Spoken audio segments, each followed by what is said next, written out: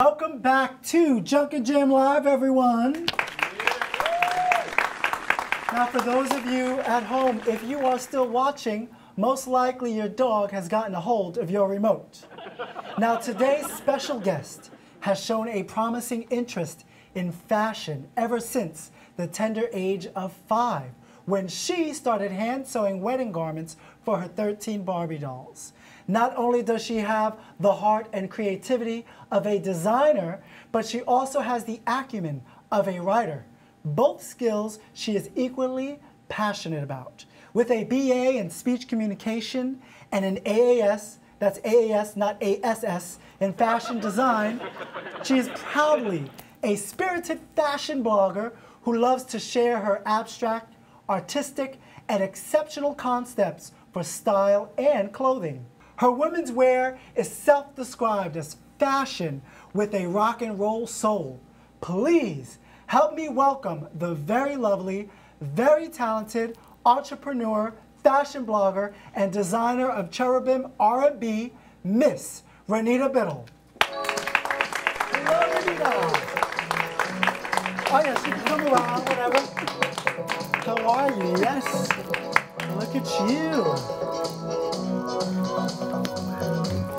Cut that off. Sorry for the loud music. How are you? I love this. I need that type of intro every day. Well, that's why you buy a headphones, Renita, and then you just walk around and, well, not like aimlessly. I feel like everyone has those little, what are they called? The earbuds? What are they called? The AirPods.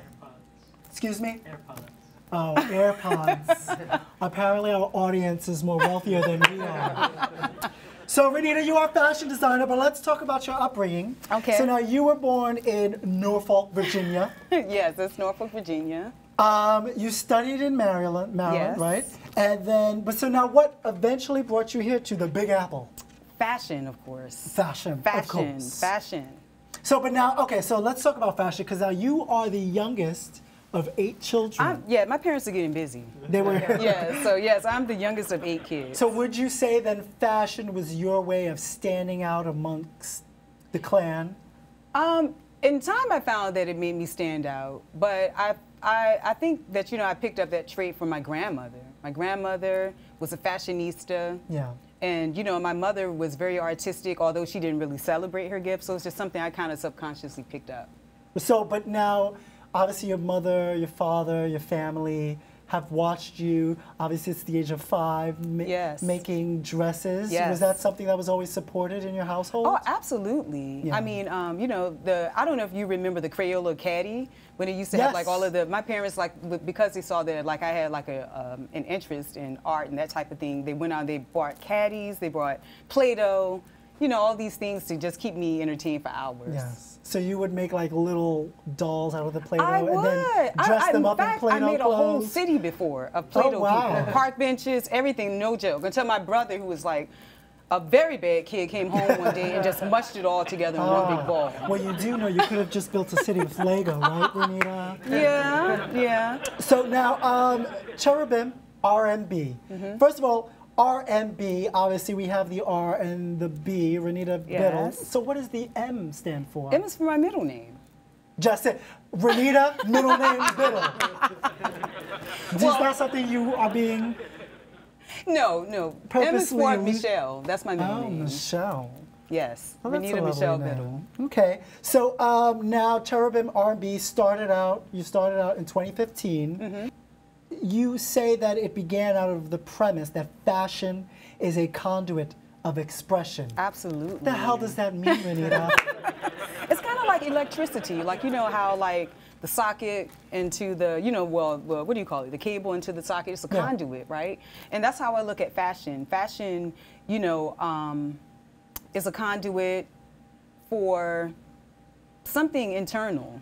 Right. It's obviously a form of expression. It is. It's a perfect outlet. I think, you know, for it's art. It's art to me. So and it's like the first thing you see. Obviously, I look at you. I can see that you're feeling great and beautiful on the inside. I mean, fashion has always been like my accessory.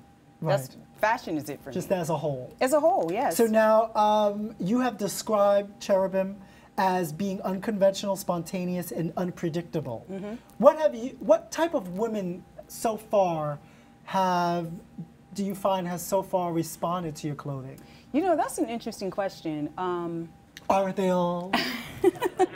You know, I find that women who tend not to be mainstream like my pieces. Right. You know, so she's not necessarily your woman who's going to go to Nordstrom's or, Right. you know, she's not H&M, necessarily, or Barney's or, yeah. Oh, excuse me. Right, she's not. You know, she's more so, she's going to like seek out certain pieces to create her own look. Right, right. And so that's the beauty of like, you know, custom made type designs, Right. you know? So let's talk about that, because obviously fashion isn't always fun. Sometimes it's practical. How can everyday women, particularly those who obviously have constraints on fashion, especially where they work, how can they find the courage maybe to be a little spontaneous, and how can they find that in your design? It's so funny because my sister, you know, who obviously does not wear my designs, you know, there are times that she's looking at my I ain't wearing that.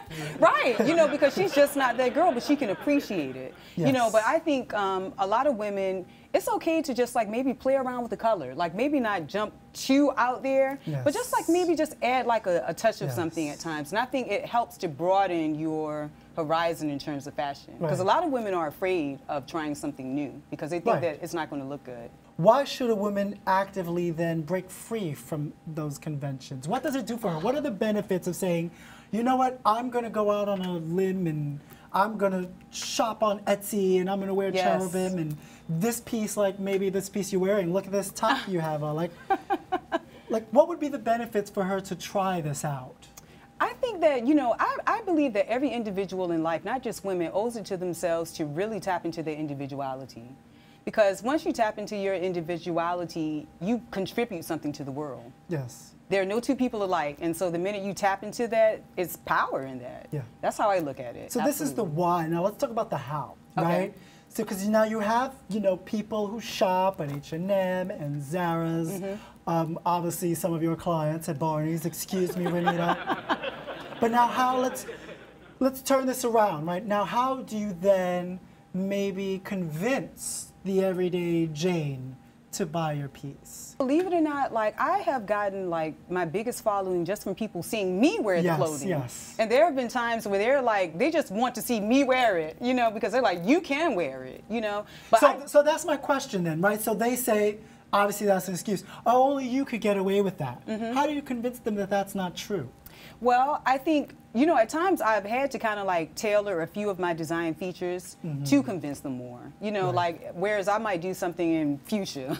Yes. You know, to make it like I think a little more palpable for them, I might do that same piece in like wine. You design one-of-a-kind pieces, right? Yes. You can tailor it to a specific woman's need, to a specific woman's bust. Yes. And hips and whatever, and color. Obviously, she has her own taste, and obviously you help bring that out of them. They have their own personalities. Yes. Now let's talk about the challenges. What are some of the challenges that you're not mass-produced? Oh, wow.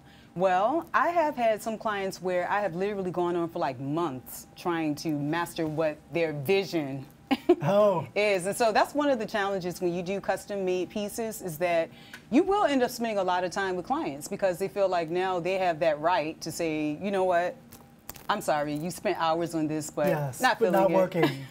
Do you mind going back now and maybe doing this? Then obviously part of your brand is, no matter what it takes, we're going to get it right.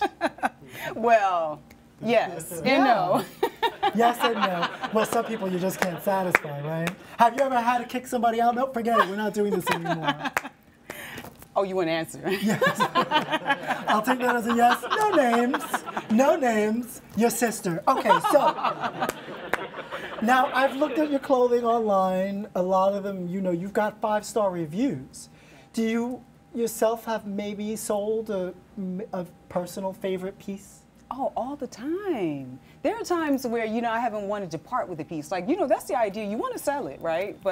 And you want people to, because that's the joy as a designer. Like, that's what's, that part brings you life. And you see someone else wear your piece and they're slaying it. But then you do become attached to your stuff. But I think that's an artistic thing. I think artists get attached to their stuff. And then when it's time to, like, let it go, it's like you kind of have a hard time. Yes. Obviously, in writing and a lot of what we do, there is that phrase, you know, you have to learn how to kill your babies and being able to let go of it, Yes. right?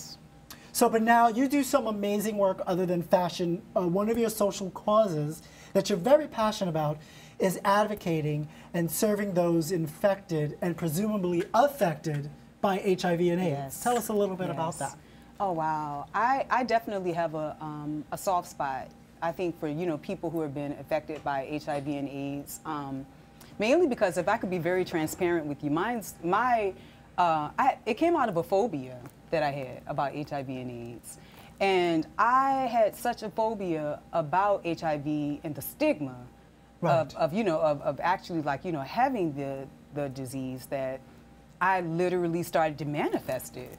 And I know that sounds bizarre. No, I but get that's that. how deep my phobia was. But it was in that Your phobia was so deep that you would walk around, oh my God, I have HIV. Yes, I would return to my doctor so many times until he was just like, at some point, I'll never forget, there was one day I went to the doctor and he says, he literally just took his pad and he was just like, I don't know what else to do. Tell me. Here's a prescription. And I wanted to say to him, tell me that I have AIDS. Just tell me. Yes. And then he was like, I don't know what else to do, until finally he gave me some sleeping pills. Yes, exactly. Just take this and call me never. Yeah, he gave me some sleeping pills. Now, how do you take that energy and give back? Oh, wow. That's what I mean. This is very interesting that my phobia, it actually revealed that was my passion, right?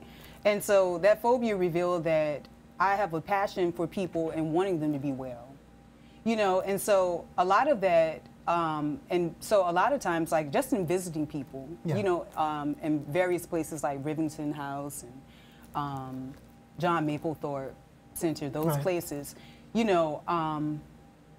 you're able to connect. And I think that was the problem before, that there was such a stigma because people weren't able to relate. But I think that when it hits home, I think when it hits home, and for me meant my phobia. When it hits home, you're able to relate with people and understand that it's a human condition. Right. It was real. It was so real for you. But yes. then, now was this part of your healing process, reaching out to others? It was. You are, a spiritual, sinless woman, Renita, and very sure. Yes, very devout. Now, not God-fearing, but God-loving, right? Yes. Now, you're also a part of a prayer group yes. that prays for all people yes. of all kinds of issues, yes. not just HIV. Yes. Just the release of the words of prayer, a lot of times, that in itself has the ability to lift people's spirit. Right. And there's power in numbers, right? Absolutely. So if you have 200 people, everyone praying yes. for a certain cause at the same time. Yes, and that's the beauty of prayer. Prayer is really supposed to be a healing community. Right. Right. Well, thank you, Renita. I hope one day somebody in your church pulls up a card. We're going to pray for Christopher Albert today. That would be amazing. I could use a few hundred. Now, it's important to get a celebrity endorsement. Oh, my God. So I went ahead and asked some of my celebrity friends to try on some of your clothing, right? Now, this is a crisscross top with a sexy, deep V-neck dress. So, I made a call, we got a few connections, and we got the blue avatar girl to try it on. She looks lovely. So now here you have a bleached, distressed denim top. Yes. Is that 17 on it? Is that what that says? Yes, the number 17, it's just random. So now we got a really good friend of mine to try it on, and it's Ellen. I think that's the sexiest Ellen has ever looked. Truly, that actually looks very good on her. She looks great, okay? So now this is a punk rock corset. Mm-hmm. I actually like this piece, very cute. You do? Thank you. Yeah. And we got Cardi B to try it on. Doesn't she look great in it? I think I like Cardi in that. Yeah, we had to expand it out a little bit more. This was 3 days after she gave birth. She was very happy to wear it. She looks good. She looks good. Yeah, look at that. She kind of looks like Gayle King in this photo. She does. Right? Gayle King, Cardi B.